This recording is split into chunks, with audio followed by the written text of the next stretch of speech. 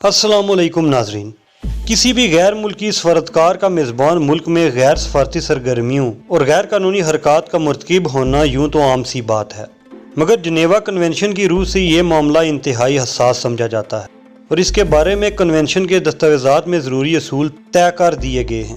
تاہم کسی بھی سفارتکار کی اس طرح کی سرگرمیوں کا جائزہ لینے سے پہلے مہمان سفارتکار کے ملک اور میزبان ملک کے مابین عمومی تعلقات، ان ممالک کے سیاسی حالات اور ان کے لیے دفاعی خطروں کو پیش نظر رکھنا بھی ضروری ہوتا ہے۔ امریکی سفارتخانے کا ایک سیکنڈ سیکرٹری جس کا نام باب تھا، اسلام آباد کے 7/4 سیکٹر میں رہائش پذیر تھا۔ معمول کی نگران ٹیم نے کئی بار رپورٹ کیا تھا کہ اکثر رات کے اندھیروں میں بہت سے خان اور ملک صاحبان، پجاروں اور دوسری دیگر بڑی گاڑیوں میں باب کے گھر آتے جاتے ہیں۔ یہ اطلاع ISI کے لیے اس لیے اہم تھی کہ مسٹر باب کا نام نہ تو ISI کے ساتھ افغانستان کے حوالے سے رابطہ افسران کی فہرست میں شامل تھا اور نہ ہی اس کا تعلق استعداد منشیات کے اسکواڈ سے تھا، اسی لیے باب ISI کے لیے ایک پراسرار شخصیت بن چکا تھا۔ باب کی بیوی تھی نہ بچے، وہ گھر میں اکیلا رہتا تھا اور مزید یہ بھی مشاہدے میں آیا تھا کہ وہ اکثر پاکستان سے باہر بھی جایا کرتا تھا۔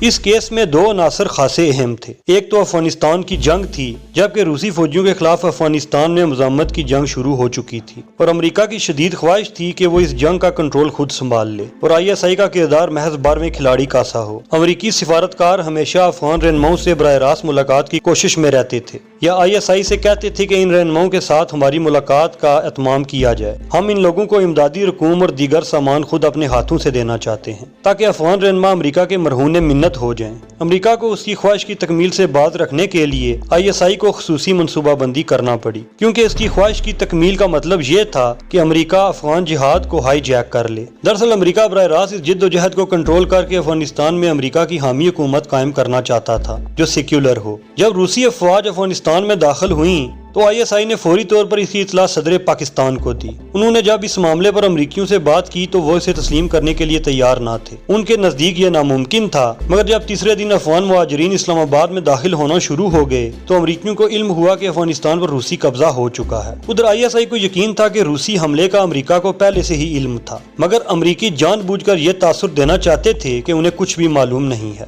روسی فوجیوں کی افغانستان میں آمد یقینی طور پر امریکیوں کے لیے ایک بڑے منصوبے کا حصہ تھی۔ اس جنگ میں امریکہ کے منفی کردار کا تفصیلی تجزیہ کرنے کی ضرورت ہے، کیونکہ اس نے پوری افغان جدوجہد کا چہرہ مسخ کر کے رکھ دیا تھا اور ISI کے کردار کو بھی سابوتاج کرنے کی کوشش کی تھی۔ ناظرین، اس سارے معاملات میں دوسرا عنصر منشیات کا تھا۔ یہ بات اب کسی سے ڈکی چھپی نہیں رہی کہ منشیات میں امریکہ کی خارجہ پالیسی میں بڑا اہم رول ادا کیا تھا اور پاکستان کی قدروں اور اخلاقیات کی تباہی کے لیے منشیات کے ہتھیار کو کامیابی سے استعمال بھی کیا تھا۔ ISI کے پاس اس بات کی اطلاعات بھی موجود تھیں کہ امریکہ، کینیڈا اور دیگر مغربی ممالک کے سفارتکاروں نے ڈرگ لائن آفیسر سے مل کر خود اپنی حکومت قائم کر رکھی تھی اور وہ دفتر خارجہ کی اجازت کے بغیر پاکستان کے ہر حصے میں گھومتے رہتے تھے اور جاسوسوں کا ایک ایسا جال بچھا رکھا تھا جو ان کے لیے بھی معلومات اکٹھی کرتا تھا جن کا انسداد منشیات سے کوئی تعلق نہیں تھا۔ انہوں نے اپنے مذموم مقاصد کے حصول کے لیے بلیک میلنگ سے لے کر بھاری رشوتیں دینا شروع کر دی تھی اور کھلے عام پاکستان کے تحفظ کے خلاف سرگرمیوں میں مصروف تھے۔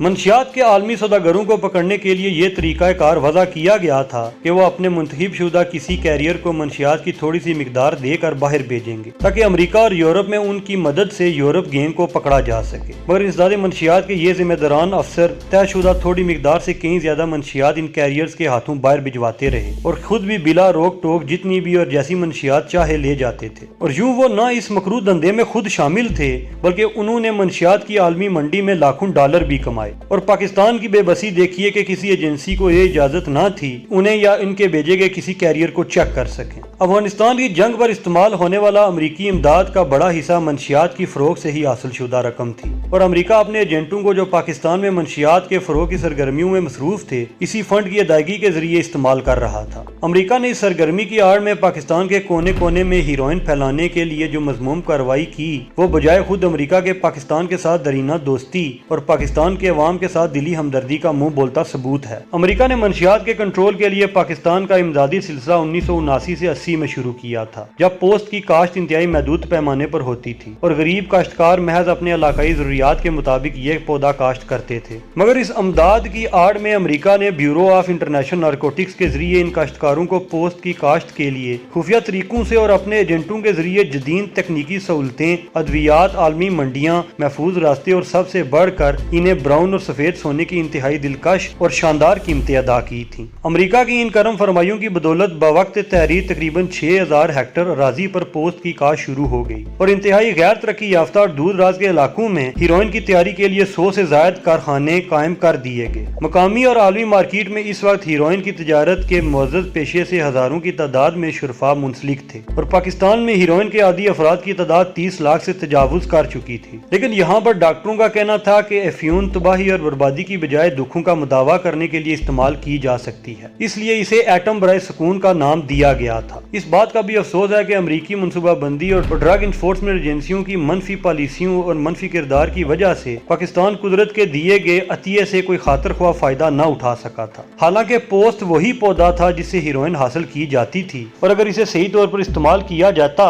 تو پاکستان میں اس کو مارفین، کوڈین، تھیابین جیسے مفید اور کارآمد طبی عناصر کے لیے بھی استعمال کیا جا سکتا تھا، جو زندگی بچانے والی اور درد سے نجات دلانے والی ادویات کا لازمی جزو ہیں۔ اگر پاکستان پوست کے پودے سے یہ عناصر حاصل کر کے عالمی منڈی میں بین الاقوامی دوا ساز اداروں کو برآمد کرتا رہتا تو پاکستان ہر سال لاکھوں ڈالرز کا زرعی مبادلہ کما سکتا تھا اور پاکستان کو IMF اور ورلڈ بینک سے بھاری قرضوں کی ضرورت ہی نہ پڑتی۔ مگر پاکستان کے کروڑوں عوام کی خوشحالی اور ترقی کا خواب ان بیرونی اور اندرونی خیرخواہوں کی وجہ سے کبھی شرمندہ تعمیر نہ ہو سکا۔ بہرحال باب کے بارے میں ان اطلاعات کے بعد ISI نے مستقل نگرانی کرنا شروع کر دی، جن میں ISI کے کارکن اس کے گھر آنے جانے والی گاڑیوں، نمبر پلیٹوں اور باب کی آمد و رفت کے علاوہ اور کوئی مفید معلومات حاصل نہ کر سکے۔ ISI نے بالآخر یہ فیصلہ کیا کہ باب کے گھر میں جاسوسی کرنے والے خفیہ آلات ناصب کر دیے جائیں تاکہ مہمانوں کے ساتھ ساتھ اس کی گفتگو بھی سنی جا سکے۔ مگر یہ فیصلہ بڑا نازک تھا، اس بات کی پرواہ کیے بغیر کہ اس کے نتائج ISI کو کسی بڑی مصیبت میں گرفتار کروا سکتے تھے۔ ISI نے یہ رسک لینا بہتر سمجھا۔ چنانچہ باب ایک دن دفتر میں تھا اور ISI کا آدمی نہایت ہوشیاری سے اس کے گھر میں داخل ہوا اور وہ یہ دیکھ کر حیران رہ گیا کہ باب کے بیڈ روم اور سائیڈ روم کی الماریوں میں انتہائی قیمتی جدید ترین رائفلیں، پستول، بندوقیں اور کیمرے بڑی تعداد میں موجود تھے اور ایک باتھ روم میں چالو حالت میں ایک وائرلیس سیٹ بھی موجود تھی۔ اسے باب کے تکیے کے نیچے اس کا بٹوا بھی ملا تھا جو شاید وہ جلدی میں نکلتے ہوئے بھول گیا تھا۔ اس بٹوے میں اس کا CIA کا شناختی کارڈ بھی موجود تھا۔ ISI کے آدمی نے سارے گھر کی تصویریں بنائیں، کارڈ کی تصویریں بھی بنا کر آلات نصب کیے اور واپس لوٹ آیا۔ اب سوال یہ تھا کہ یہ سارے ہتھیار انسداد منشیات کے حوالے سے جمع کیے گئے تھے یا باب خود ان ہتھیاروں کی تجارت میں ملوث تھا۔ ISI کے پاس اس سوال کا کوئی خاطر خواہ جواب تو نہ تھا کہ باب اس غیر قانونی دھندے میں ملوث ہے۔ ISI نے یہ تفصیلی رپورٹ جنرل ضیاء کو بھجوا دی اور اپنی رائے پیش کی کہ باب کو ناپسندیدہ شخصیت قرار دے کر پاکستان سے نکل جانے کا حکم صادر فرمایا جائے۔ چند روز بعد ISI کو یہ جواب موصول ہوا کہ صدر پاکستان نے دفتر خارجہ سے اس معاملے پر مشورہ کیا ہے اور دفتر خارجہ کا خیال ہے کہ ہمیں سب کچھ بھول جانا چاہیے۔ اس وقت پاکستان میں اور بھی باب موجود ہیں اور ہم سب کو دھکے دے کر ملک سے باہر نہیں نکال سکتے، اور یہ وہ وقت تھا جب امریکہ کو ناراض کرنا بھی مناسب نہ تھا اور اس لیے ISI کو چاہیے کہ وہ باب پر اپنا وقت ضائع نہ کرے۔ ISI کے DG جنرل اختر الرحمان کا اس جواب پر رد عمل قابل ستائش تھا۔ وہ کسی بھی صورت دفتر خارجہ کے مشورے پر آنکھ موند لینے کے موڈ میں نہیں تھے۔ اس صورتحال کے بارے میں کئی روز تک تبادلہ خیال کیا گیا، بہت سے راستے تلاش کیے گئے۔ بالآخر جنرل صاحب نے کہا کہ اس بات کو خفیہ رکھتے ہوئے سلسلے کی کارروائی جاری کی جائے اور ISI کو یہ آرڈر دے دیے گئے کہ وہ جو چاہیں کر سکتے ہیں، مگر اس کا خیال رکھا جائے کہ وہ کسی بھی معاملے میں ملوث ہو کر پکڑے نہ جائیں۔ جنرل صاحب کے اس حکم کے بعد تفصیلی منصوبہ تیار کر لیا گیا اور ان کی خدمت میں پیش کیا گیا، جس کی انہوں نے منظوری دے دی۔ یہ منصوبہ کچھ یوں تھا کہ باب کے گھر کے پیچھے ایک چھوٹا سا غیر آباد زمین کا ٹکڑا تھا جس میں پودوں اور جھاڑیوں کی بہتات تھی اور اسلام آباد میں ایسے کئی پلاٹ موجود تھے۔ منصوبے کے مطابق زمین پر باب کے گھر کے بیرونی دیوار سے ملتی ہوئی خندق کھودی گئی اور اسے جھاڑیوں اور پودوں سے ڈھانپ دیا گیا۔ مقامی پولیس کو یہ اطلاع فراہم کر دی گئی کہ اسلام آباد کی سڑکوں میں رات کی تاریکی میں مشکوک لوگ گھومتے پھرتے رہتے ہیں اور شک ہے کہ دہشت گردوں کا کوئی گروہ کسی بڑی واردات کی منصوبہ بندی کر رہا ہے۔ پولیس کو یہ بھی بتا دیا گیا کہ مختلف وارداتوں میں استعمال کیا جانے والا اسلحہ بھی دہشت گردوں نے کسی جگہ چھپا رکھا ہے اور پولیس کو مشورہ دیا گیا کہ مجسٹریٹ کی قیادت میں ایک چھاپا مار ٹیم تشکیل دی جائے۔ ISI نے وائرلیس سے مسلح ISI کے کارکن کو پولیس کے ساتھ لگا دیا تاکہ جب کارروائی کی جائے تو وہ پولیس کو متوقع جائے واردات تک لے آئے۔ اس دوران باب کی سکنات و حرکات پر نظر رکھی گئی۔ وہ اچانک چند دنوں کے لیے پاکستان سے باہر چلا گیا اور منصوبے کو روک دیا گیا۔ جب باب واپس آیا تو یہ منصوبہ دوبارہ شروع کر دیا گیا۔ حتمی کارروائی کے وقت نگراں ٹیم کے ارکان کو منتخب جگہوں پر تعینات کر دیا گیا۔